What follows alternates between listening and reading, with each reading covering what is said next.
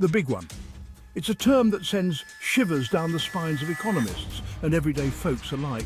We're talking about a catastrophic economic downturn, a crash of epic proportions that would make even the most seasoned investor break a sweat. Imagine a world where businesses crumble, unemployment skyrockets, and the stock market resembles a free fall from the top of the Empire State Building. That's the kind of scenario we're talking about when we say the big one. Now, nobody has a crystal ball, and predicting the future of the economy is a bit like predicting the weather. Sometimes you get it right, and sometimes you get caught in a downpour with no umbrella. But just like we keep an eye on the forecast to avoid getting soaked, it's important to understand the economic forces at play so we can be prepared for whatever's coming our way. So is the big one just a scary story we tell ourselves? Or is there a real possibility of another major economic meltdown? To answer that, we need to take a trip down memory lane and examine some of the biggest economic crashes in history. Remember the Great Depression? Yeah, that wasn't exactly a picnic. The stock market crash of 1929 sent the world into a tailspin, leading to widespread unemployment, poverty, and social unrest. It was a stark reminder that even the most seemingly invincible economies can crumble like a stale cookie. Then there was the Great Recession of 2008. This time, it was the housing bubble that burst, triggering a chain reaction that brought the global financial system to its knees. Banks collapsed, businesses went belly up, and millions of people lost their homes and their livelihoods. These events, though separated by decades, serve as cautionary tales.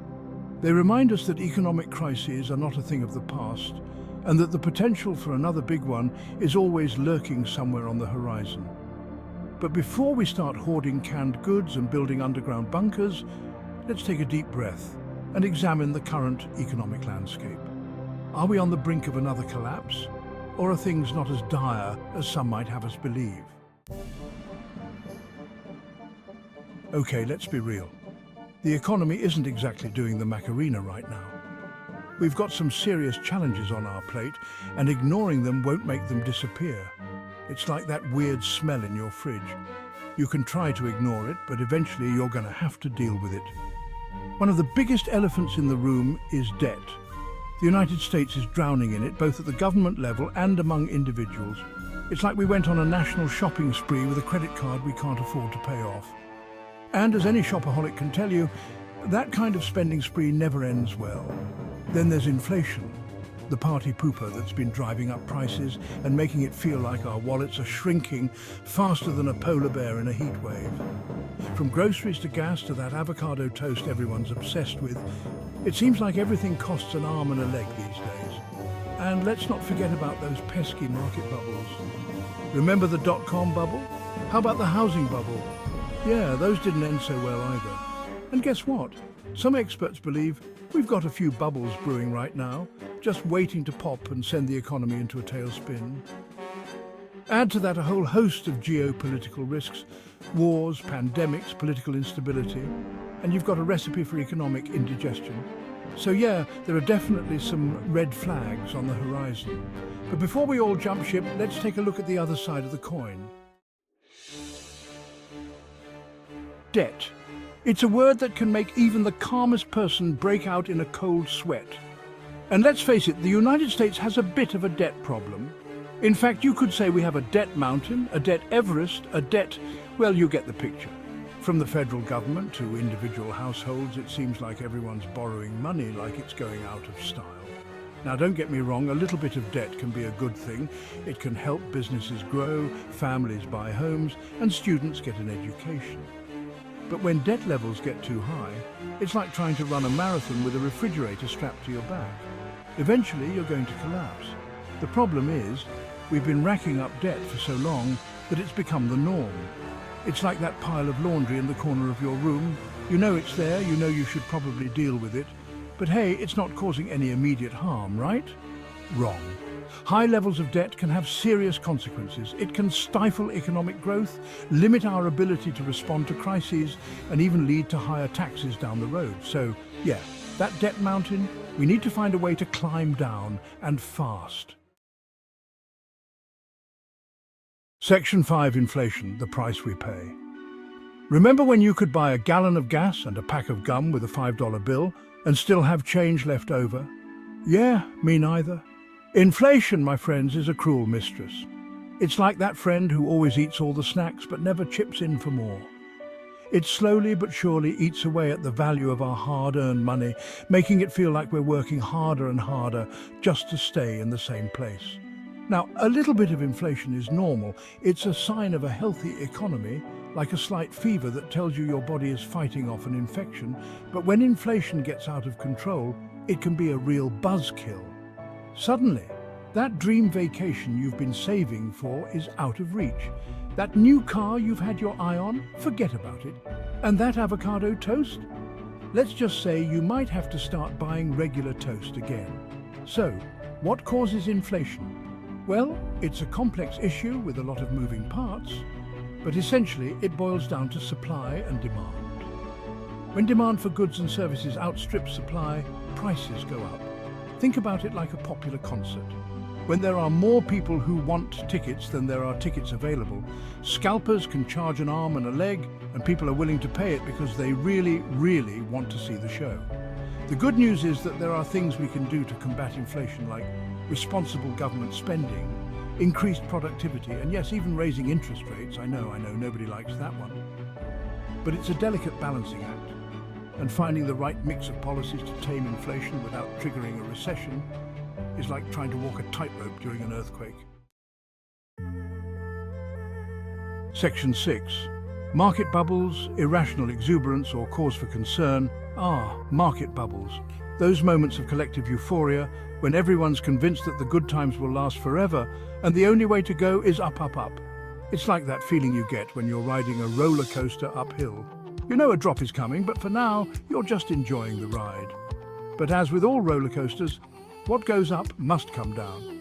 And when market bubbles burst, the ride can get pretty bumpy, to say the least. Remember the dot-com bubble of the late 1990s? Everyone and their grandma was investing in internet companies, many of which had no revenue, no business plan, and no clear path to profitability. It was like throwing money at a wall and hoping some of it would stick.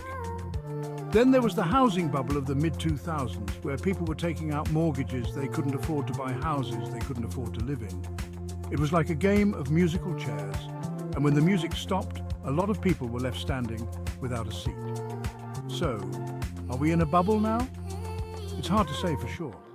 Some experts point to the soaring valuations of certain tech companies and the rise of cryptocurrencies as potential signs of irrational exuberance. Others argue that the current market conditions are different and that we're not headed for another major crash. Only time will tell who's right. But one thing's for sure, when it comes to market bubbles, it's always better to be safe than sorry. Section 7. Reasons for optimism, innovation, resilience and policy. Okay, I know what you're thinking. Trevor, all this talk of debt, inflation and market bubbles is giving me anxiety. Is there any good news? Don't worry, my friend, it's not all doom and gloom. Despite the challenges we face, there are also reasons to be optimistic about the future of the US economy. For one thing, we're a nation of innovators. From the Wright brothers to Steve Jobs to Elon Musk, Americans have a long history of dreaming big and turning those dreams into reality.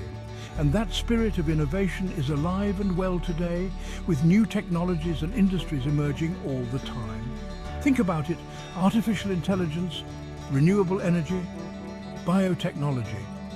These are just a few of the areas where American ingenuity is leading the way. And these innovations have the potential to create new jobs, boost economic growth and solve some of the world's most pressing problems. Moreover, the American economy has proven to be remarkably resilient over the years. We've weathered storms before, wars, recessions, even pandemics, and we've always come out stronger on the other side. It's like that old saying, what doesn't kill you makes you stronger. And let's face it, we've been through a lot lately. Finally, let's not forget the role of government policy in shaping the economy.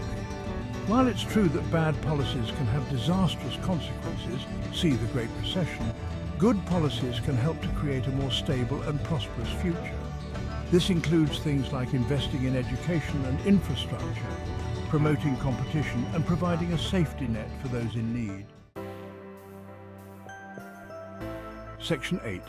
The importance of vigilance navigating uncertain waters. So, is the big one coming? Honestly, nobody knows for sure.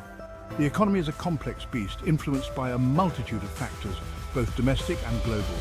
Predicting its future is like trying to predict the winner of a dog show where all the contestants are chihuahuas dressed as Elvis. It's anyone's guess. But here's the thing. We don't need a crystal ball to navigate these uncertain waters. Just like a savvy sailor keeps a watchful eye on the horizon, we need to stay informed, be prepared, and make smart choices.